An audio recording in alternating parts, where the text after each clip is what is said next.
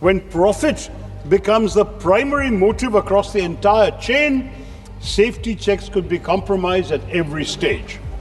This is grossly inadequate when measured against the potential long-term health, livelihood and environmental costs of any serious accident. Giving operational control of fissile and other highly radioactive substances to private entities significantly increases the possibility of nuclear incidents and accidents. The vision that once expanded horizons gives way to ambiguity. It completely neglects the serious, massive and irreversible risks from radioactive leaks, from mining to waste disposal, is neither clean nor sustainable. We must be honest with the people of India about what we are asking them to accept. Dr. Shashi Tharoor. Thank you very much, Mr. Chairman. We stand here today at a critical juncture in our nation's history. This SHANTI Bill, which is before this House, has the government speaking grandly of harnessing the immense energy released by splitting the atom. Yet it seems to have failed to expend even a fraction of that energy in drafting a bill that is coherent, rigorous, and not full of loopholes. This is full of loopholes. Where the late Pandit Nehruji had laid the foundations for our nuclear program, and Dr. Manmohan Singh ji carried the Indo-US nuclear deal of 2008 across the last mile and lifted India out of isolation into an era of strategic confidence in nuclear power, this bill now confronts us with a disappointing reversal, as a vision that once expanded horizons gives way to ambiguity, deepens uncertainty as to whether and where India's nuclear power framework is really headed. I have high regard for the Honourable Minister who is here today, but there are serious errors and omissions that other speakers have already pointed out. We have mastered nuclear fusion and fission, but not apparently legislative precision. The SHANTI Bill is a milestone, Mr. Minister, but for the wrong reasons. It is written with exceptions, heavy on discretion, and largely indifferent to public welfare. I am not sure, Mr. Chairman, whether it is a nuclear bill or an unclear bill. Now, before I outline my concerns, I must candidly state that the bill in its current form contains such fundamental structural flaws, as colleagues have pointed out, that it requires comprehensive reworking rather than cosmetic amendments. Ideally, it should have been referred to a committee, a standing committee or a joint parliamentary committee for further consideration. But if we are going to discuss it today, sir, let me enumerate my critical concerns. The very preamble of the bill, which I have here, characterizes nuclear energy as a, quote, clean and abundant source for electricity and hydrogen production. No quarrel there, and I'm not against nuclear energy myself. But this language is dangerously misleading because it completely neglects the serious, massive and irreversible risks from radioactive leaks, long-lived nuclear waste that remains hazardous for millennia, and, of course, the potential for catastrophic accidents. Moreover, India's usable uranium reserves are finite. While we do possess significant thorium-232, including in my own state of Kerala, and those are significant reserves, and we should work on them, nonetheless, thorium-based reactors remain decades away from significant deployment. The full life cycle of nuclear fuel, from mining to waste disposal, is neither clean nor sustainable. We must be honest with the people of India about what we are asking them to accept. Now, sir, Section 3(1)(c) and E provide that any other company or any person explicitly permitted by the central government is eligible to apply for a license to set up and run nuclear facilities. This effectively amounts to a blanket opening up of the entire nuclear energy sector, from mining to waste management, and this will open it up to a wide range of private actors with indeterminable and indeterminate qualifications. More troubling still, the bill allows for a single composite license for multiple activities across the nuclear fuel cycle. This means one entity could control mining, fuel fabrication, reactor operation, and waste handling. Such concentration of control in any single operator or corporate group heightens systemic risk exponentially rather than containing that risk. When profit becomes the primary motive across the entire chain, safety checks could be compromised at every stage. Such blanket opening up is potentially dangerous, and giving operational control of fissile and other highly radioactive substances to private entities driven by quarterly earnings reports and the bottom line of profit, I'm afraid significantly increases the possibility of nuclear incidents and accidents. The core of the liability reform caps total nuclear incident liability at 300 million special drawing rights, which is approximately today $460 million US, or 3,900 crores. Let this sink in, honourable members. This cap has not changed in 15 years, despite inflation, despite Fukushima, despite everything we've learned.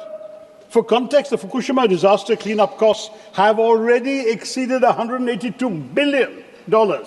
Okay? That's several hundred times the cap proposed in this bill today in 2021. Chernobyl's total economic impact exceeded $700 billion. Yet we propose to cap liability at less than $500 million? This is grossly inadequate when measured against the potential long-term health, livelihood and environmental costs of any serious accident.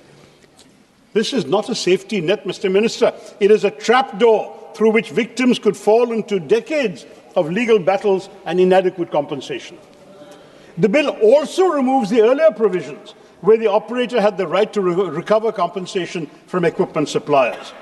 This means that even if an accident occurs due to faulty design, substandard parts, or negligent manufacturing by a supplier, that supplier walks away while Indian taxpayers have to bear the entire cost. This might, in cases of serious accidents, strain our economy significantly. We are effectively subsidizing the risk for private international corporations while they retain all their profits. The state underwrites catastrophic risk, Mr. Chairman, while private operators maximize returns. What kind of law is this? Chapter 3, Section 14(1)(a) makes the central government liable where the liability exceeds the amount of liability of an operator. In effect, public funds, our money, taxpayers' money, will compensate for all the damages caused by private facilities. This provision does nothing but further dilute corporate accountability for systemic failures. And Section 42 overrides the Occupational Safety, Health and Working Conditions Code for nuclear facilities. So nuclear workers are removed from our country's general labour safety framework. Is this fair, Mr. Minister? The bill imposes a 3-year period for filing compensation applications, with extension of the right to claim set for 10 years for property damage, 20 years for personal injury. Now, given the long latency periods of radiation-related diseases, cancers can appear 20, 30 years after exposure, and intergenerational genetic impacts, these limitation periods are, frankly, shamefully restrictive. They will exclude many genuine victims who develop serious health impacts only after years of exposure. Children exposed to radiation who develop leukemia at the age of 25 will find they have no legal recourse. This is not justice, Mr. Chairman. This is a statute of limitations designed to limit liability, not to compensate victims. इस bill के हर वादे के पीछे एक कीमत छुपी है, mister minister, और अक्सर ये कीमत वही चुकाता है जिसका फैसलों में कोई हिस्सा नहीं होता। पर उन वादों की कीमत तुम क्या जानो सरकार, यही मेरी चिंता है। Here perhaps is the most egregious provision of all. Negligence by an operator or person is recognized as a cognizable offence, but only a person duly authorized by the central government or the Atomic Energy Regulatory Board can file a complaint. Let me stress this, sir. This means that if a nuclear facility operator is criminally negligent, affected communities cannot file a complaint. Civil society organizations cannot file a complaint. Even state governments cannot directly initiate criminal proceedings against the operator. This effectively excludes those most affected from seeking justice and concentrates gatekeeping power with the very institutions that have failed in prior oversight. by limiting Mr. Shashi judicial Tharoor, recourse and routing already you both have taken civil 10 minutes. and criminal actions. conclude. No, sir, I'm barely halfway You through have my... taken 10 minutes. No, sir, I have been given enough time. You give me 5 minutes more. And criminal actions through central authorities, the bill restricts victims' access to ordinary courts and their fundamental right to seek effective remedies. For an ultra-hazardous activity that can devastate entire regions, such procedural barriers perpetuate a culture of impunity. Then Chapter 4, sir, on the Atomic Energy Regulatory Board, essentially retains a regulator controlled by the central government, the same government aggressively promoting nuclear expansion and its agencies, rather than creating a truly independent, multi-stakeholder authority that will be insulated from political and corporate influence. Sir, I can go ideally into clause-by-clause detail, but since you've already told me my time is running out, let me just sum up very simply. The entire regulatory arrangement is an inside job with little or no room for Indian civil society or even meaningful parliamentary oversight. Instead of clearing the fog around nuclear regulation, this arrangement thickens the fog. So Chapter 6, Section 44, grants perhaps the most dangerous power in the entire bill, as it highlights the excessive executive discretion and exemptions of this bill. It allows the central government to exempt any plant from the requirements of license or liability if, quote, the risk involved is insignificant, unquote. The term insignificant risk is not defined anywhere. It's left entirely to the executive. This provision essentially negates the entire framework of the bill, sir. It creates a backdoor through which any facility can escape oversight if the government deems it convenient. Your point is this sir, give me 3 minutes. This kind of broad subjective exemption power undermines the very safeguards the legislation claims to establish. It will provide laxity in due diligence in a hugely critical sector. And private players will lobby for exemptions to engage in profiteering at the expense of public safety. We cannot justify this under any democratic framework.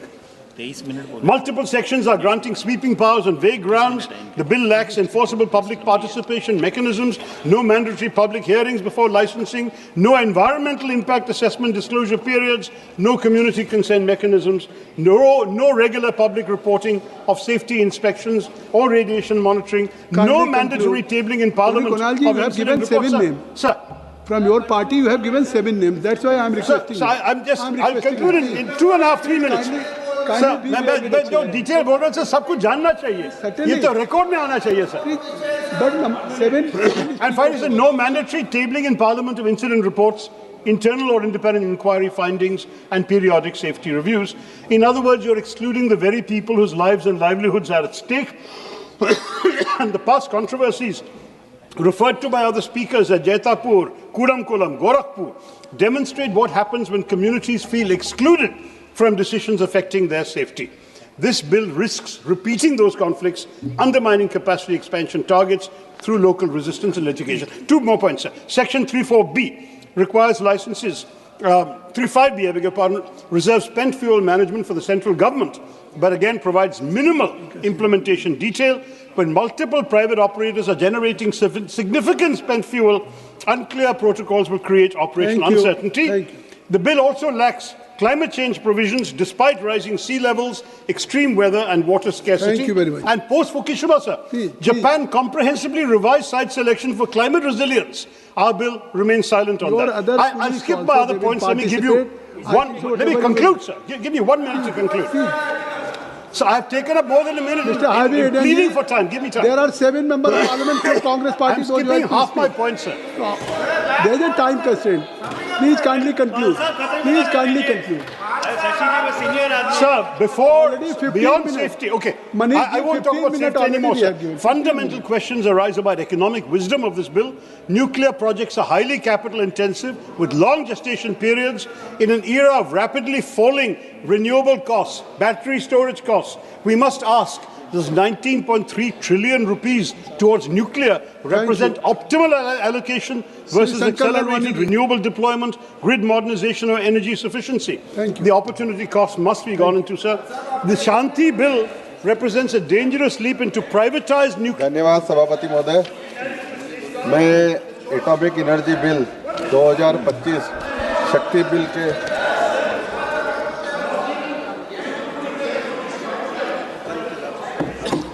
cannot allow the pursuit of capital to override the non-negotiable requirements of public safety, environmental protection, and victim justice. The name Shanti means peace, sustainability.